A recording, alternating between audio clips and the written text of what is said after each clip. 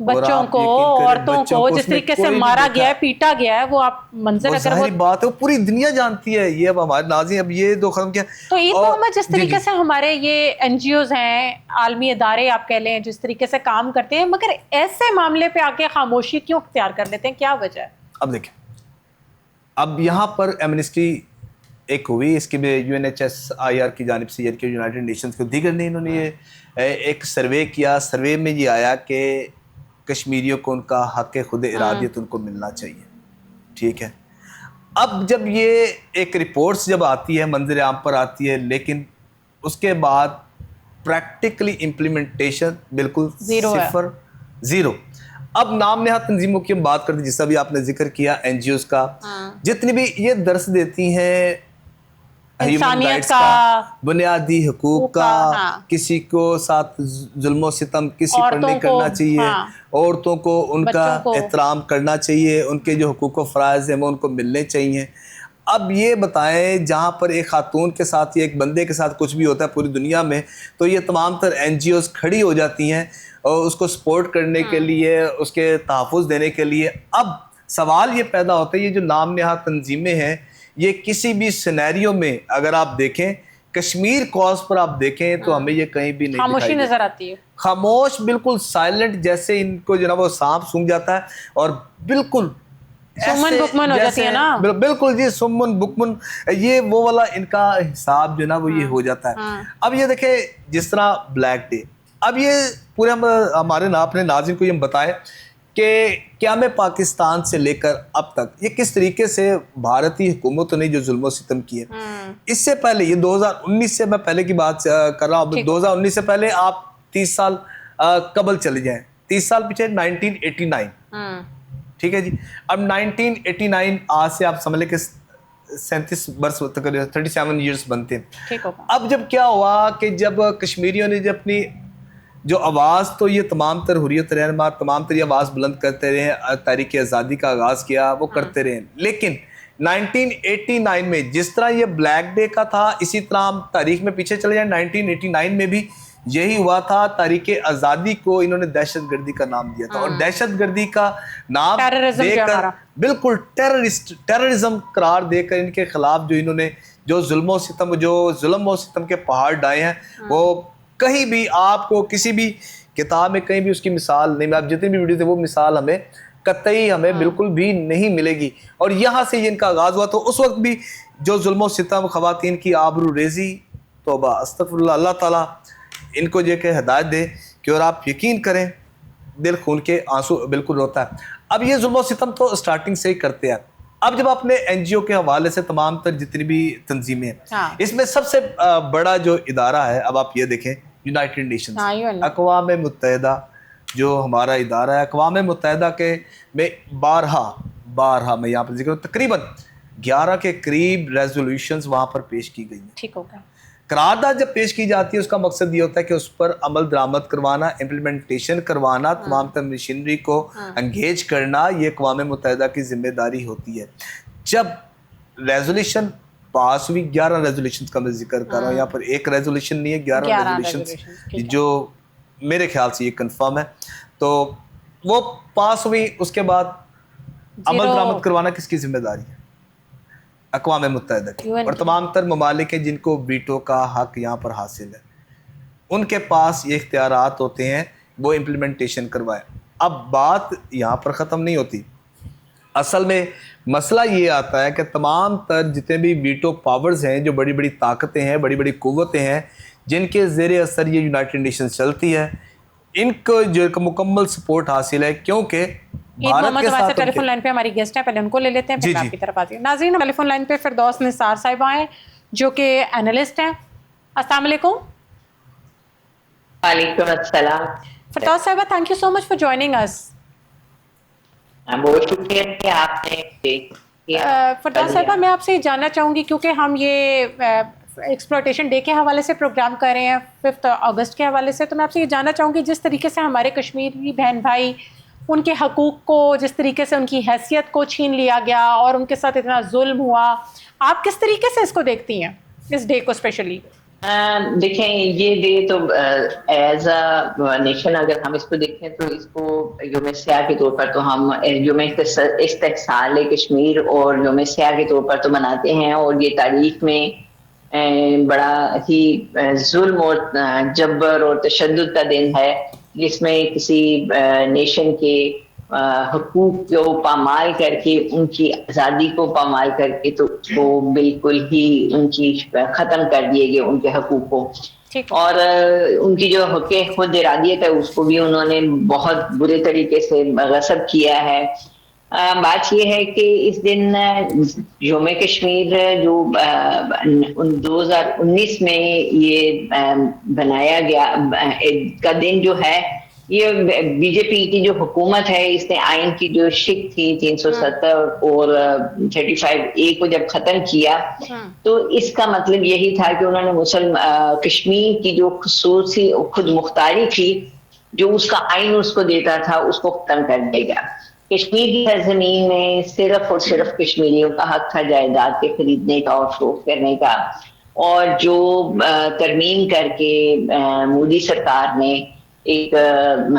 ظلم کے پہاڑ ڈھائے کشمیریوں کے اوپر، اس کی مثال نہیں ملتی ہے۔ اور اس سے پہلے کہ کشمیر کو لاک ڈاؤن کر دیا، جب انہوں نے اس ترمیم کو کیا، لاک ڈاؤن کیا، بالکل نیٹ کو بند کر دیا، تو یہ کیا ہے؟ یہ تمام کے تمام جو ہیں یہ سراسر ظلم اور جبر اور استحصال کیا جاتا ہے۔ لیکن اس کو یہاں پہ اگر ہم یہاں تک ہی رکھیں تو شاید غلط ہوگا۔ پھر ہماری جو ہیومن رائٹس کی جو اتنی بڑی آرگنائزیشن ہے، پوری دنیا میں ہیومن رائٹس کی بات کی جاتی ہے، لیکن جب کشمیر کی بات آتی ہے تو کشمیر اس کے اوپر بالکل خاموشی اختیار کر لی جاتی ہے۔ اس دوہرے معیار کی بات کے اوپر میں ہمیشہ کہتی ہوں کہ کشمیر کے لیے آج بھی ہیومن رائٹس بھی مختلف ہو جاتے ہیں، اور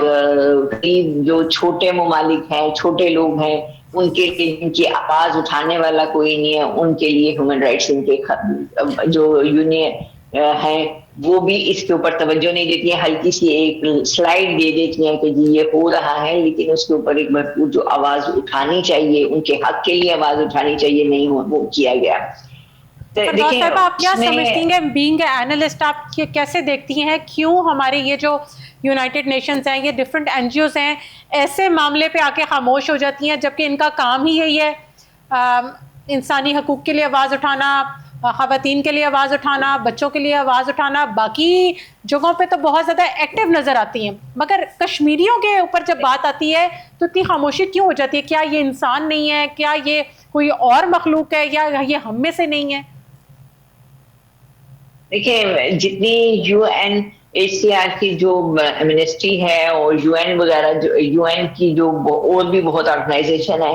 ان میں رپورٹس میں وہ الزامات تو دے دیتے ہیں کہ بھائی ہم کشمیر کے اوپر یہ ظلم و زیادتی ہو رہی ہے، لیکن سب سے بڑی جو بات ہے نا، مغربی ممالک کا جو سب سے بڑا مسئلہ ہے، اور جہاں سے انہیں فنڈنگ بھی آتی ہے، جو کہ بڑی این جی اوز ہیں، وہ ہے کہ جی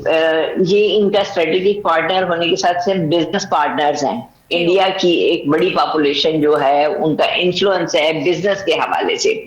تو وہ جس وقت اپنی اسٹریٹجک پارٹنرشپ کی وجہ سے کشمیریوں کے جو بھی رائٹس ہوتے ہیں انہیں کا وہیں پہ ہی ان کو فنڈ دے کے ان کو بند کر دیا جاتا ہے، ان کا منہ بند کر دیا جاتا ہے، یا انہیں کہتے ہیں کہ تھوڑی سی بات کر کے اس کو کہ آپ بھی اپنا حق پورا ادا کریں، جو میری انالیسس ہے، اور آپ بھی اپنی بات کر لیں، لیکن اس کے اوپر بہت زیادہ زور سے آپ نے بات نہیں کرنی ہے۔ اور یہی وجہ ہے کہ اقوام متحدہ بھی اپنا جو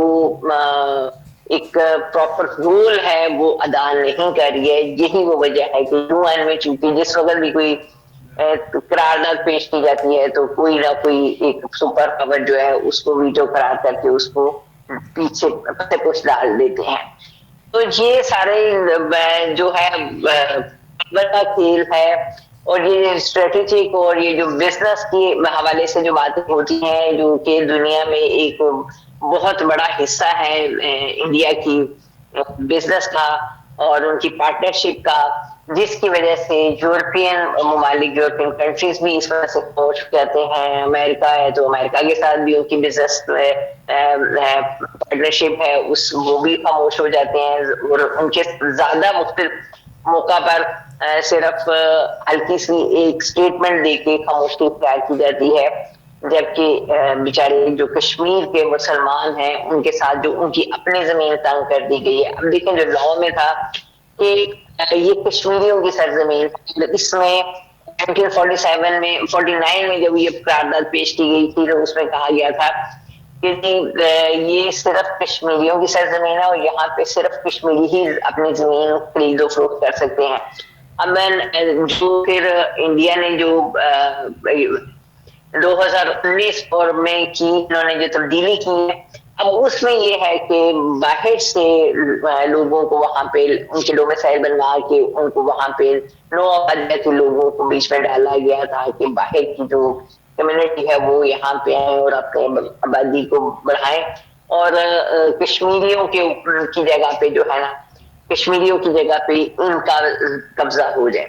تو یہ ایک بہت بڑا ظلم ہے اور میں اس کو چاہتی ہوں، اور میرا خیال ہے کہ عالمی منافقت جو ہے نا، ہیومن رائٹس کا یہ جو ڈھونگ ہے اور یو این کی جو خاموشی ہے، اس کو توڑ ہوگا، اور جو کشمیریوں کے خود ارادیت ہے، ان کا جو یوم اپنے ان کے رائٹس ہیں وہ ان کو ضرور ملنا چاہیے. فردوس صاحب، آپ کیا سمجھتی ہیں کہ پھر آپ کیا سمجھتی ہیں کہ اس مسئلے کا پرامن حل یا پائیدار حل کیا ہونا چاہیے؟ دیکھیے جی، دیکھیے ہماری انسانی حقوق کی جو یہ آرگنائزیشنز ہیں، ان کا دوہرا معیار ہے. انہوں ہی نے ہی اصل میں کام کرنا ہے، انہی کے ذریعے ہی یہ کام ہونا ہے، کیونکہ یہ ڈائلاگز اور ٹیبل پہ بیٹھ کے ہی بات ہونی ہے. اور مودی حکومت یا انڈیا جو ہے وہ کبھی بھی ٹیبل پہ آنے کو تیار نہیں ہوتا. اس میں ہماری ہسٹری پوری کی پوری گواہ ہے. اور جس وقت کوئی ٹیبل پہ آ کے بیٹھنے کی بات کسی مرحلے میں پہنچتی ہے تو وہاں پہ وہ یا تو اٹھ کے چلے جاتے ہیں تو یا کوئی نہ کوئی ویٹو کروا دیتے ہیں اور اس کو جو قرارداد ہوتی ہے اس کو مسترد کروا دیتے ہیں. تو یہ سب سے پہلے تو بات یہ ہے کہ انڈیا کو کسی نہ کسی طریقے سے ہم نے جو ہیومن رائٹس کی آرگنائزیشنز ہیں یا یو این ہے وہ بھی اس کو کرے. لیکن افسوس یہ ہے کہ یو این بھی اس کے اوپر خاموشی اختیار کرتا ہے. ہیومن رائٹس کی جو آرگنائزیشنز ہیں وہ بھی اس کی اوپر خاموشی اختیار کر لیتی ہیں یا ہلکی سی بات کر کے اس کو بالکل ختم کر دیتی ہیں.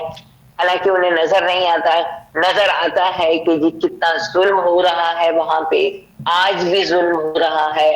اور دیکھیں ایک بڑا الگناک واقعات ہوئے تھے اسٹوڈینٹس کی آنکھوں میں جس وقت سیکھیں ڈالی، ان کو آنکھوں سے نابینا کیا گیا اور اندھا کیا گیا. یہ چھوٹا سا ظلم نہیں ہے لیکن دنیا میں آج تک آپ کو کہیں بھی آواز نہیں آئے گی. انٹرنیٹ بند کر دیا گیا، اخبارات بند ہیں، میڈیا بند ہے، تو کسی طرح سے ان کی آواز تو کہیں جا ہی نہیں رہی ہے. وہ تو ایک کنویں میں ان کو بند کر دیا گیا کہ نہ ان کے جبر اور ان کے ظلم کی آواز کہیں باہر جائے اور نہ ہی کوئی اس کو سن سکے اور نہ سنائی کر سکے. ہم کہتے ہیں کہ ہیومن رائٹس اور یو این کو ہر جگہ اختیار ہوتا ہے کہ وہ جائے جا کے وزٹ کرے کہ کیا ظلم ہو رہا ہے، ان کو وہ اجازت ہی نہیں دیتا. لیکن آج تک یو این نے اس بات کے اوپر آواز اٹھائی ہے کہ بھائی ہمیں وہاں پہ جانے کی اجازت ہی نہیں جا رہی، یا اس کے اوپر اس ایشو کے اوپر بات کی جائے اور اس کو اٹھایا جائے کہ بھائی جی اس کو بھی اداروں کو، ہیومن رائٹس کے اداروں کو جانے کی اجازت دی جائے، وہ وزٹ کریں اور لوگوں سے پوچھیں. لیکن وہاں پہ ایسا کچھ نہیں ہے اور نہ ہی کسی کو اجازت دی جاتی ہے اور نہ ہی کوئی آزادی سے جا سکتا ہے. تو ہماری اپیل ہوگی یو این اور بڑے اداروں سے کہ خدا را ان کے اوپر ان کے حال پہ رحم کرے اور ان کی جو نسل کشی کی جا رہی ہے اس کو روکا جائے. اور جو قراردادیں یو این میں قراردادیں پاس ہوئی ہیں کہ ان کو ان کا حق خود ارادیت دیا جائے گا، ان کی استصواب رائے کے ذریعے سے ان کو وہ رائٹ دیے جائیں اور وہ اپنی ایک اچھی اور پرسکون ریاست کے طور پر سامنے آئے دنیا میں. اور بتائیں. میرا ایک آج میں میرا پیغام ہے کہ کشمیر بنے گا پاکستان اور ہم کشمیریوں کے ساتھ ہیں، اور جب تک کشمیر کے مسلمانوں کو ان کا حق خود ارادیت نہیں مل جاتا، اور پاکستان اور پاکستانی عوام اور پاکستانی گورنمنٹ ان کے بھرپور سپورٹ بھی کریں گے اور ان کا ساتھ بھی دیں گے، اور ان کے اس جہاد میں ان کے ساتھ شانہ بشانہ کھڑے ہیں. تھینک یو سو مچ فردوس صاحبہ.